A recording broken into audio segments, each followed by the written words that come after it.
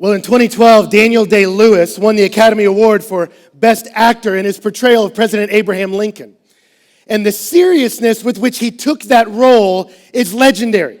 He isolated himself for months, read laboriously through pages of firsthand accounts of interactions with the president so he could mimic exactly his gentle tenor and reedy and slightly cracked voice, so he could master his shuffling, flat-footed step, and then he stayed in character for months all throughout the filming.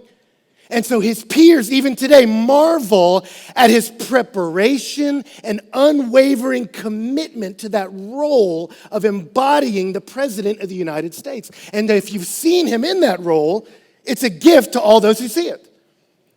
Now, 12 years earlier, Brendan Fraser, the actor from such hits as Encino Man and The Mummy, also portrayed Abraham Lincoln in the romantic comedy Bedazzled. Critics were less complimentary of that film, describing it as, quote, weak, pitiful, and persistently unfunny.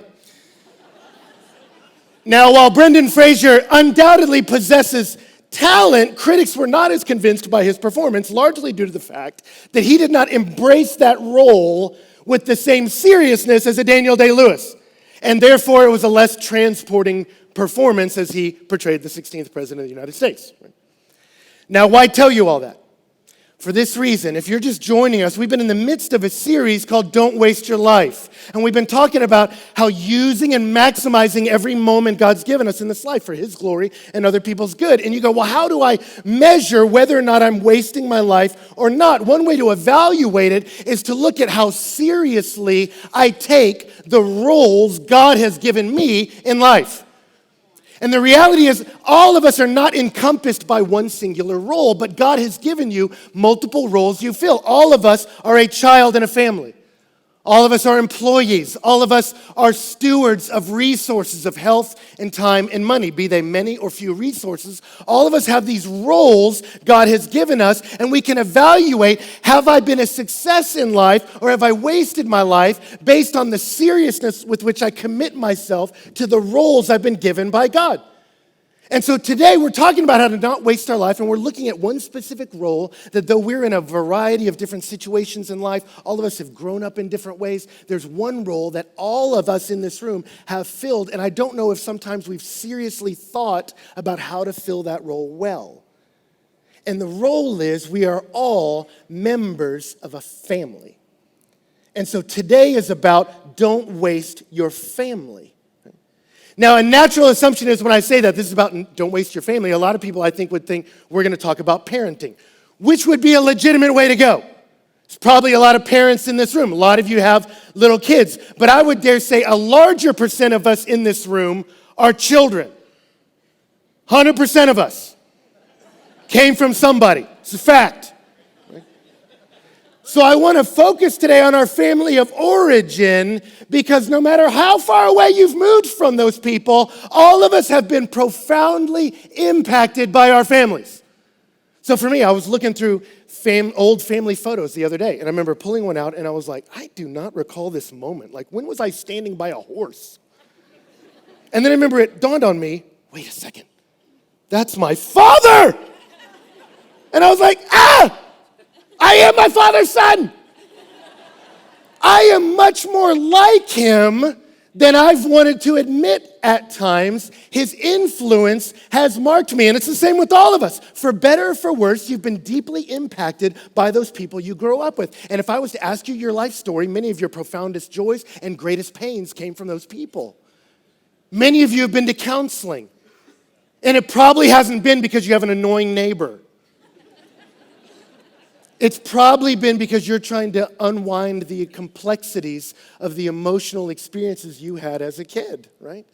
And so many of us, when we talk about our family of origin, some of you go, I don't want to talk about that. I want to get away from that. And some of you have maybe had great family experiences, and you're like, oh, I've been waiting to learn new ways I can honor my parents. Fantastic. And that's great. Congratulations. That's amazing. But for many of us, we're like the comedian George Burns that says happiness is having a large, loving, caring, close-knit family in another city. Right? And you go, I wanted to get away from these people, but you're forever bound to your family. And let me say this, the ongoing quality of your relationship with God and your success or failure in life is inextricably linked to those people. 1 Peter chapter 3, it says, husbands, live with your lives in an understanding way so that your prayers may not be hindered. God says, husband, you be understanding of the sensitivities of your wife, and you're not willing to understand her. I don't want to hear from you. And so God marks us with that. And some of you go, well, of course, that's husband and wife. You have to live together. But you're talking about my parents, and I'm an adult. Well, read down to 1 Timothy 5.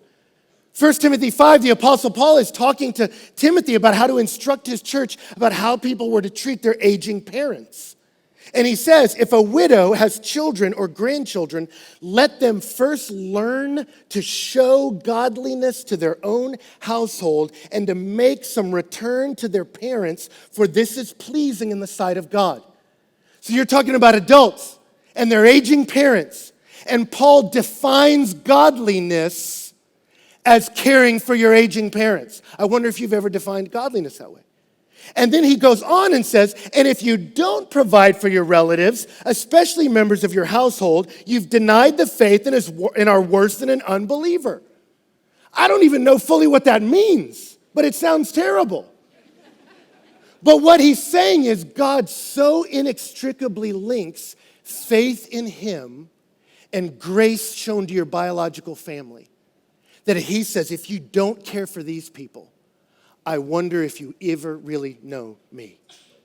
So we got to get this right. This is a role God takes very seriously. Forever, you are bound to these people, and God will evaluate your life based on your treatment of them. And yet some of you go, why would he do that?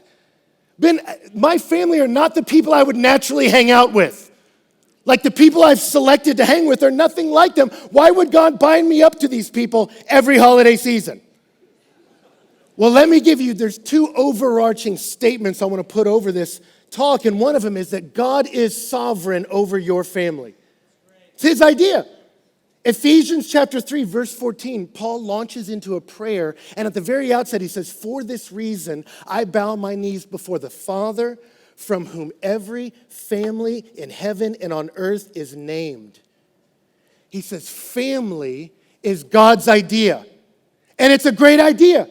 The original design of family was an amazing idea. When God built humanity, he built a man and woman. He came up with an idea called sex, which is fantastic, and he made that the means by which we create other people. That's awesome. And then he said, we're going to create these nuclear families where an older man and an older woman model masculinity and femininity to the younger generation. That's a great idea. And so his first command to them in Genesis 1 was, be fruitful and multiply.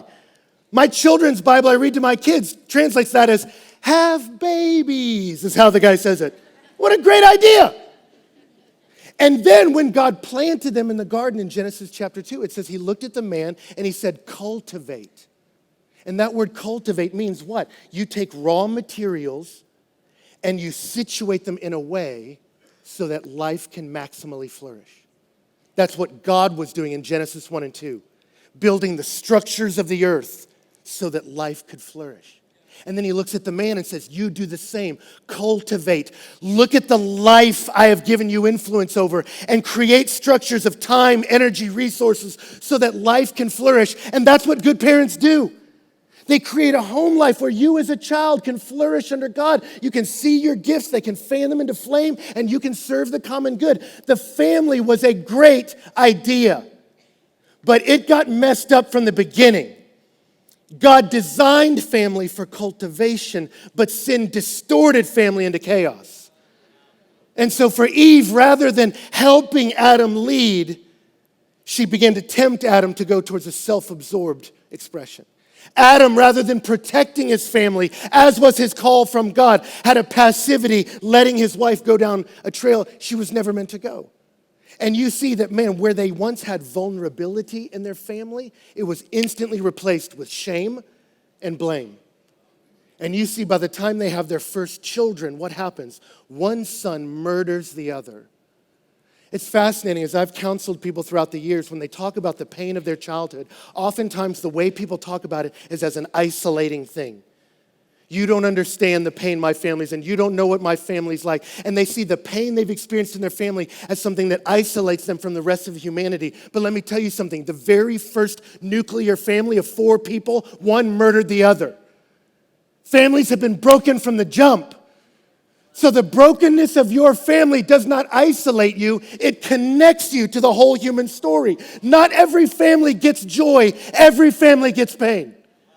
And I'm not saying that to minimize the pain you've been through. I'm saying that to maximize how broken this world is. And if you read through the Old Testament, look at it, man. You have family members murdering one another, swindling one another in business, sexually harming one another. You see all kinds of brokenness in the family. It's a horrible, distorted thing. And so you look at it, and many of you go, that's my experience. They didn't cultivate me. It was chaos. That's why I got out of there. And yet, as the Bible continues, you see Adam and Eve have another son, Seth. And Seth calls on the name of the Lord. And you see he raises Enosh to fear the Lord. And then on through Noah. And a godly grace gets sewn back into the family story. And then when God gets to Abraham, he says to Abraham, I'm going to bless you. And through you, every family on the earth will be blessed. Family was meant for cultivation. It was broken into chaos, but God redeems the family unit as a means of redemption. Grace is going to start in a little family, and it's going to become a wave that crashes into every family. And some of you have watched your families come to know and embrace the grace of God through Jesus, the descendant of Abraham. Others of you, maybe you're the only one in your family who the grace of God has touched down on. But God has not given up on family, and he wants to use you and your family. God is sovereign over family, and not just the institution, but your particular one. So Ephesians chapter 3:14, it says, for this reason I bow my knees before the Father, from whom every family on earth is named. What he means by that is God is the source of every family. So your particular family is not an accident. It's not just that God ordained the institution and somehow you ended up with these crazies. It's that God ordained your family. So yeah, maybe your mom's roommate in college introduced you to your dad at a bar and that's how they met. But it was God that arranged the meeting. You're in that particular family on purpose. And some of you may go, well, why did he do that? Why put me with these people? Well, let me tell you one of the implications of understanding that God is sovereign over your family. If you look at Paul's prayer, he calls God the God from whom every family is named. And then listen to a prayer. He says he prays to that God who made your family, that according to the riches of his glory, he would grant you to be strengthened with power through his Spirit and your inner being, that Christ may dwell in your heart through faith, that being rooted and grounded in love, you might have strength to comprehend with all the saints the breadth and length and height and depth, and to know the love of Christ that surpasses knowledge, that you may be filled with all the fullness of God. You go, why are you starting here, Ben? For this reason. What the Bible is trying to tell you is that the reality is the God whose love cannot be measured, that you can't get your arms around the height and breadth of it. The God whose love will come crashing into your life, forgive your past, make you a child of God. That loving God rules over your family, rules over your life. Put you in that family. And when you realize that, the God who loves that much put me in this family, it instantly liberates you from sin-justifying victimhood. And it gives you the compassion to love the people in your family, whether they filled their roles well or not. You see it in Joseph in the Old Testament. Young Joseph had a bunch of older brothers, didn't like him. There was some jealousy in there, which happens when your dad has like 4 wives at once. Creates some complexity, right? They hated little Joe. He showed up to check on them while they were shepherding, and what did they do? They grabbed Joseph and threw him in an empty pit. And then he had to sit down there in that pit while he listened to his brothers debate whether or not they were going to murder him. And then if you keep reading Genesis, it said, and then they sat down to eat. They were casual enough about talking about how little his life meant that they're eating sandwiches while they're talking about it, while he's down there in a well, scared to death as a kid. Then they see a caravan go by, and they say, why don't we just sell him? And so they sell their brother into slavery. You think that's going to cause some psychological problems? He becomes a slave, gets wrongly accused of a crime and gets put in prison, gets left in prison for a long time. Finally, by the grace of God, he gets out and he gets a job in the household of Pharaoh in Egypt and begins to rise in Egypt. But even as he's approaching his 40s, he has a son and he names his firstborn Manasseh, which means God has made me forget all my hardship and my father's house. You think he's still dealing with unresolved issues in his 40s? He named his kid, "Forget you, family." Yes, by very definition, I don't know that you have. Let's not quibble on it. Clearly, you're working through some things. And you see, into his 30s and 40s, there's a pain lodged in the heart that some of you know really well about the damage that can be done to you that you don't reconcile way into your adult life. But then what happens? He gets dreams of how to take care of Egypt in the midst of a famine. He gets to be a blessing to a nation, right when his family's in a region that begins to starve. And so while he's ruling over Egypt, his family comes, and when he intersects with his brothers, he sees that the grace of God has been working on them and breaking their hearts, that God is changing them. And what happens in that moment? Joseph looks at the family members who hurt him, and as they realize this is the Joseph we sold, and they break down in shame and terror and weep in his presence, he says to them in Genesis 45, "Don't be distressed, don't be angry with yourselves because you sold me here, for God sent me here before you to preserve your life. For the famine has been in this land for 2 years, yet 5 years there will be neither plowing nor harvest. And God sent me before you to preserve for you a remnant and to keep alive for you many survivors. So it was not you who sent me here, but God. He has made me father to Pharaoh, lord over all his house, and ruler over the land of Egypt." Do you see what's happening there? As he gets older, he realizes, yes, my family hurt me, and I don't have to call it anything else than that, but they don't ultimately control my story. God does.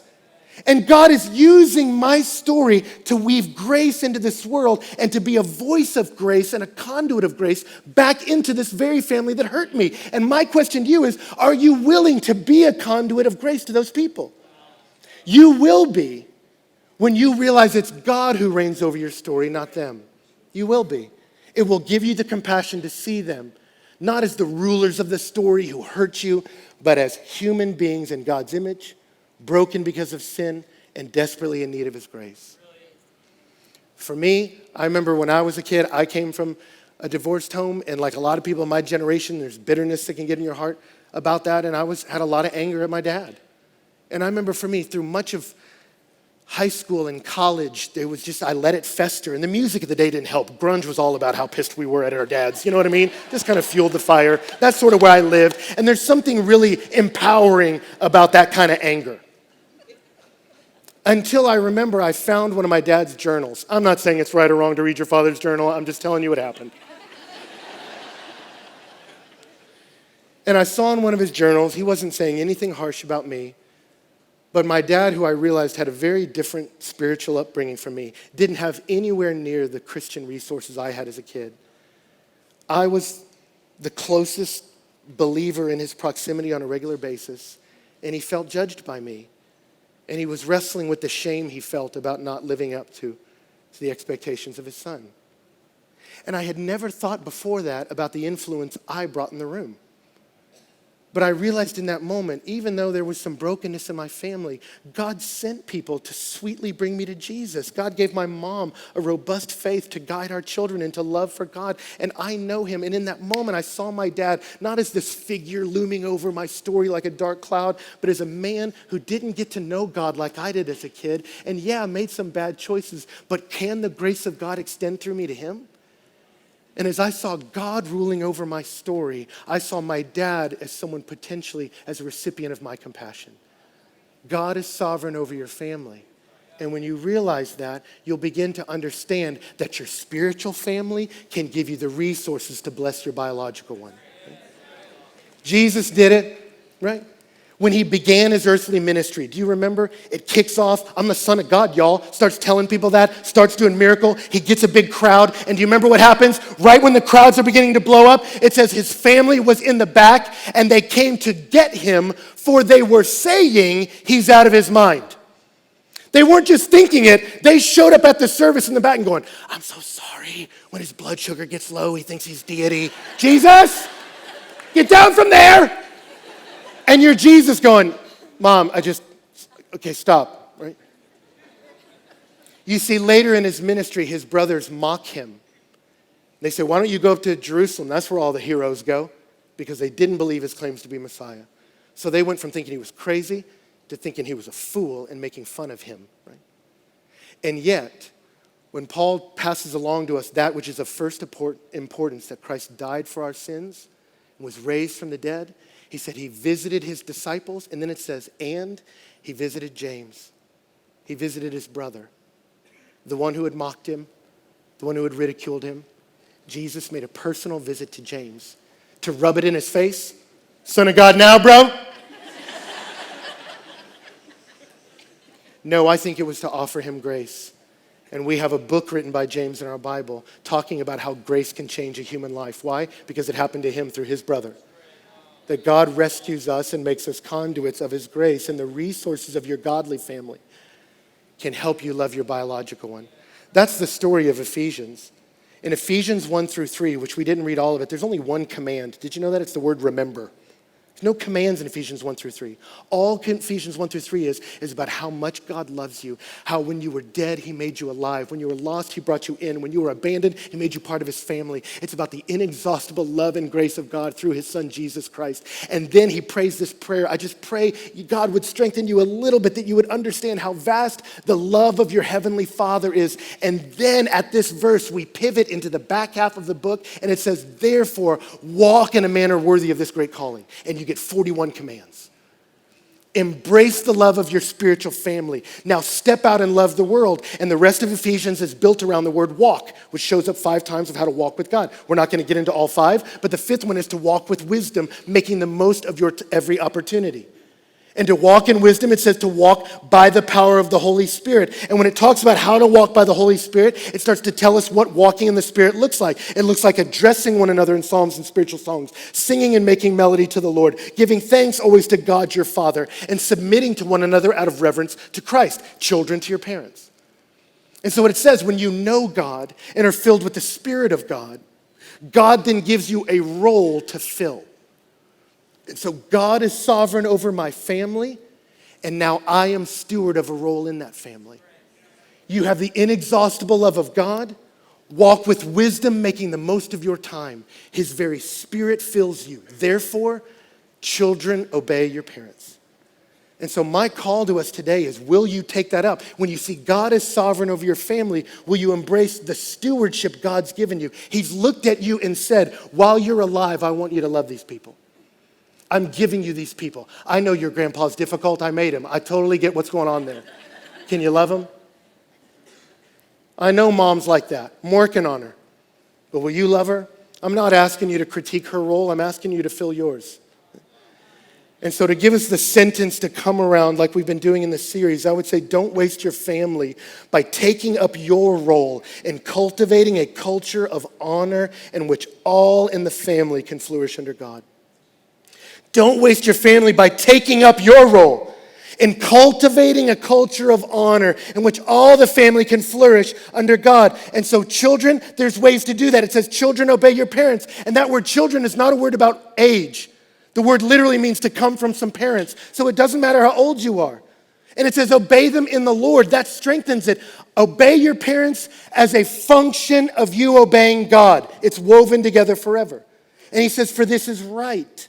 And then he quotes the Old Testament, honor your father and mother that it may go well with you and you live long in the land. That's not a threat where he says, honor your parents or else you'll get struck by lightning. He said that in the Old Testament to say the family is the structure upon which society stands. And so when you honor your parents, you preserve the structure and you'll live long in your land. And we're seeing that. The U.S. Department of Health and Human Services says the poverty rate among children in fatherless homes is 47%. 47%.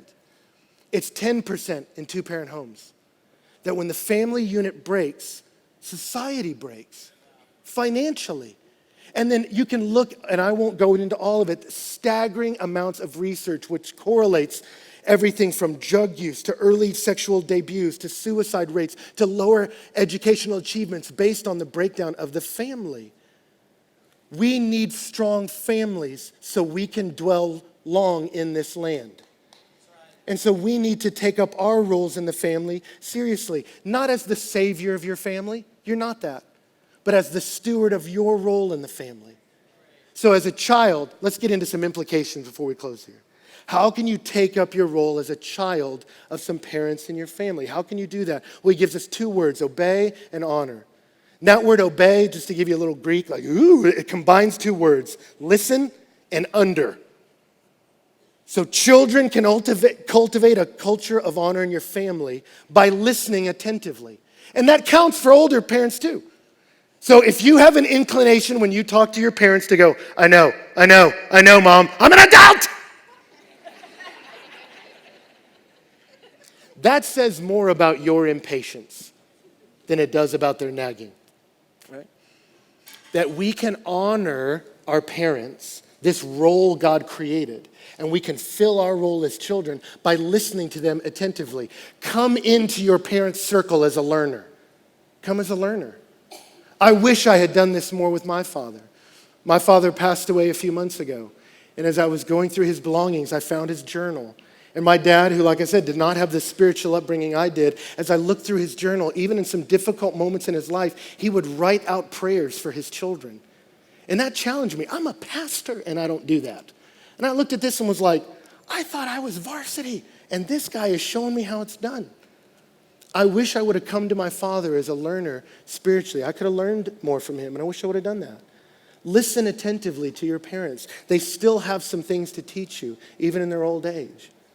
And then it says, listen under. And so I would say act responsively. Put yourself in a position when you're around your parents to respond to them. Be inclined in your heart to do what they say. Jesus did that as an adult with Mary. Do you remember when his ministry started? He was at a wedding that ran out of wine. That's their problem. Mary came up to him and said, hey, Jesus, they're out of wine. So I told them you knew something about that. And what did Jesus say? Woman, it's not my time. Like there was a rollout plan, right? Father and I had worked it out. But did he tell his mom, Mom, stop being crazy, I'm an adult? No, he was like, give me some water. Wine, all right, distribute it to them. Boys, let's get out of here. All right, and he did it. Thereby justifying wine drinking to generations of college kids and so forth. But anyway,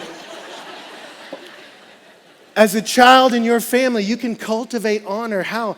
By being responsive in your heart to your parents. I used to tell this to college students all the time.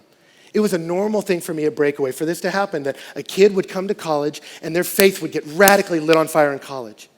And they would come to me disturbed. They're like, man, in college, I suddenly understood what God was about, what Jesus is about, and I go home and my family's not doing any of that. And so I'm trying to tell my parents how to live right, and they're being all resistant to it, and I don't get what their problem is, and I'm like, stop. I said, you walked away from their house for a hot minute, and you come back and start telling them how to run things. I said, that doesn't honor them. I said, stop the sermons. And they're like, well, no, but I know so much. I'm like, I know, but just stop them. I said, don't preach to your parents. Preaching up usually doesn't go well. I said, let me tell you something to do as a college student. When you go home over the holidays, do the dishes without being asked. And then mow the yard. And I promise you, your atheist parents will believe there's a God in heaven.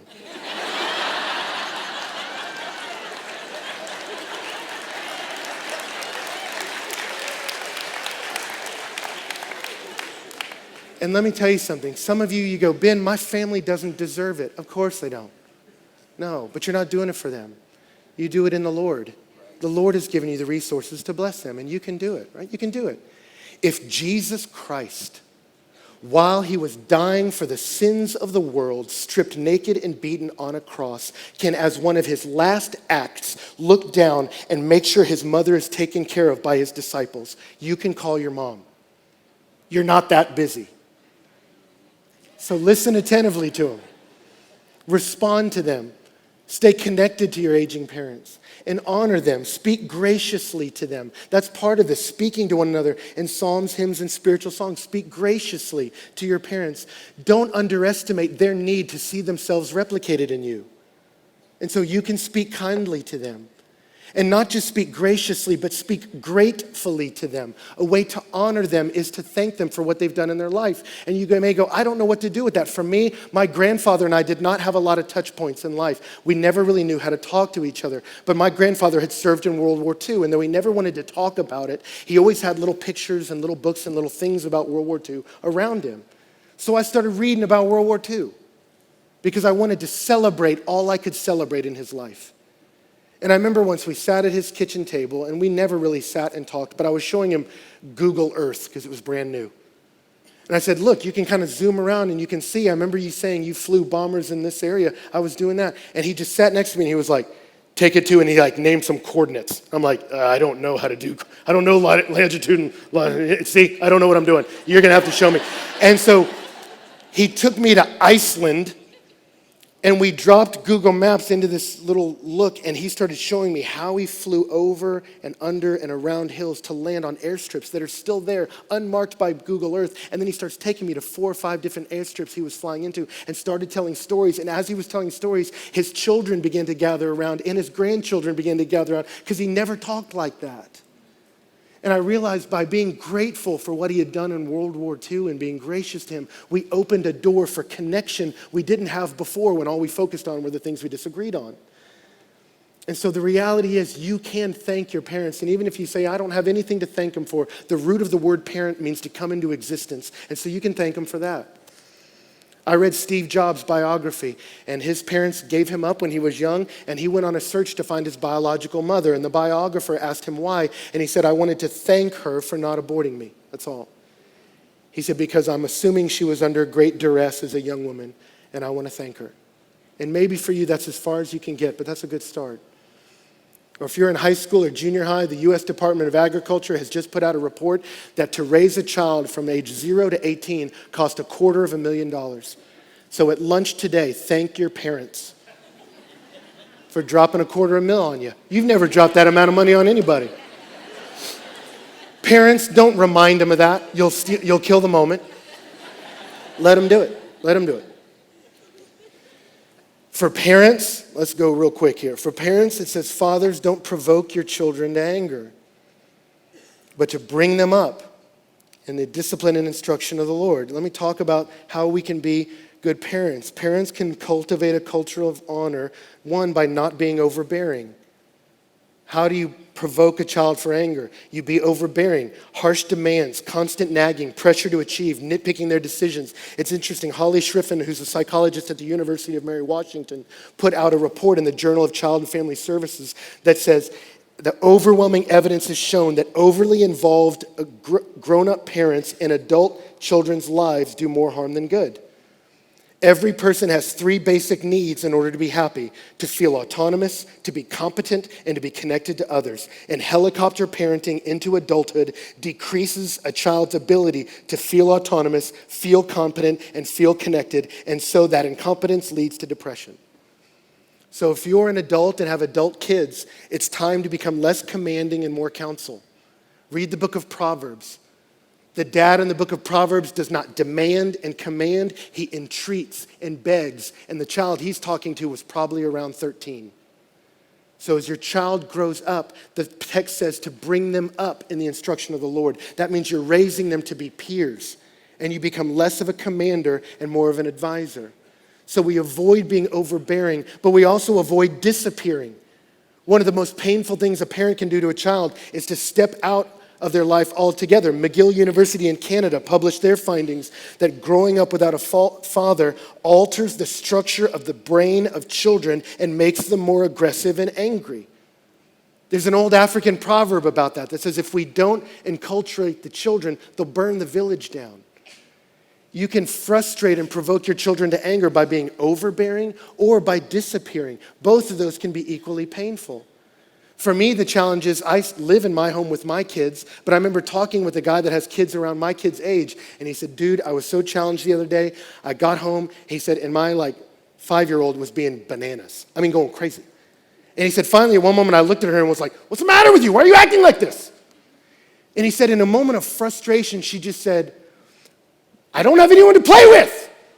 And if you put your phone down and play with me, maybe I wouldn't be like this. You know, he said part of him was like, insubordinate, wanted to punish her for that. But it was hard to do when he had the phone in his hand and was like, she has a point. And he said he realized in his home, a common MO was for my wife and I to be on our phones in the kitchen while the kids are doing something.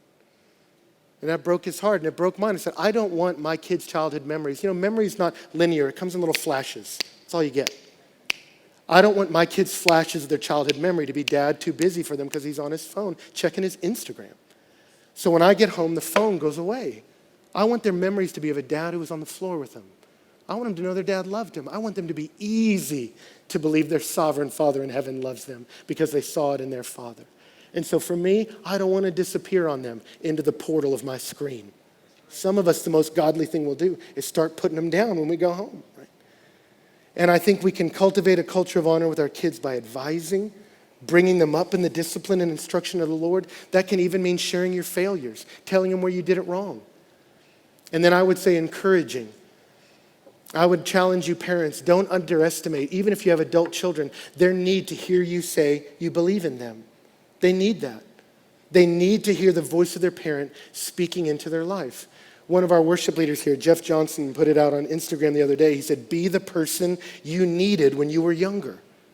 And I remember reading that and I was like, a math tutor? I don't want to be that. But then I realized what he meant. All of us when we were younger wanted someone to believe in us and to tell us the good they saw in us. Be that. Be that for the people in your family. Be that for your brothers and sisters and siblings. Be the voice that breathes life into them, and you'll create a culture of honor in your family. And the last thing I would do to close that is I would say, don't put it off. Don't put it off. For me, towards the end of my father's life, he was making some health decisions that were not good, that were going to end his life pretty prematurely. And I would periodically drive down there. And I remember at one moment in frustration, I saw the deterioration of his health and his unwillingness to make certain changes, and I stormed out of the house, so furious.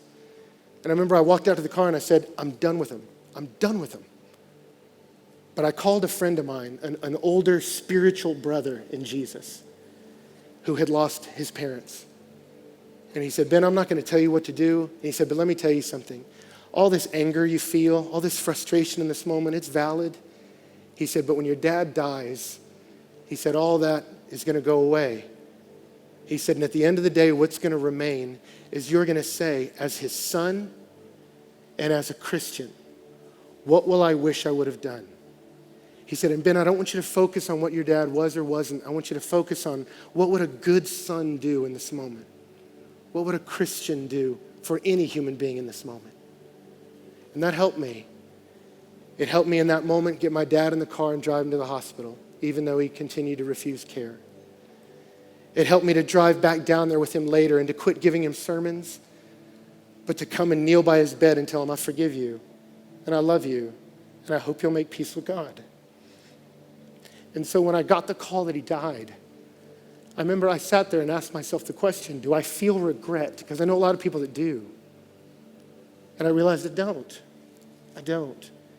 And some of you maybe have that regret. And let me tell you something. The grace of God can come crashing into that moment too. You're not too far gone. But something I'm deeply grateful for 3 months ago when I buried my father was that I was able to say those things that people wish they would have said at funerals. Don't wait. Tell them the good they've put in your life. Tell them the things you see in them that are beautiful. Speak from your heart about you wish that was true for them. Even if you know they're going to reject it. I know they won't listen to me. Say it anyway because you'll want to know I did my role as a son. I did my role as a Christian to honor them and to tell them about a Father God who sent his son to redeem even them. Fill your role for the glory of God and the good of your family. I promise you, when you come to the end of your days, you'll be glad you took that role seriously. And you'll be thankful that your Father in heaven gave you the resources to bless your biological family.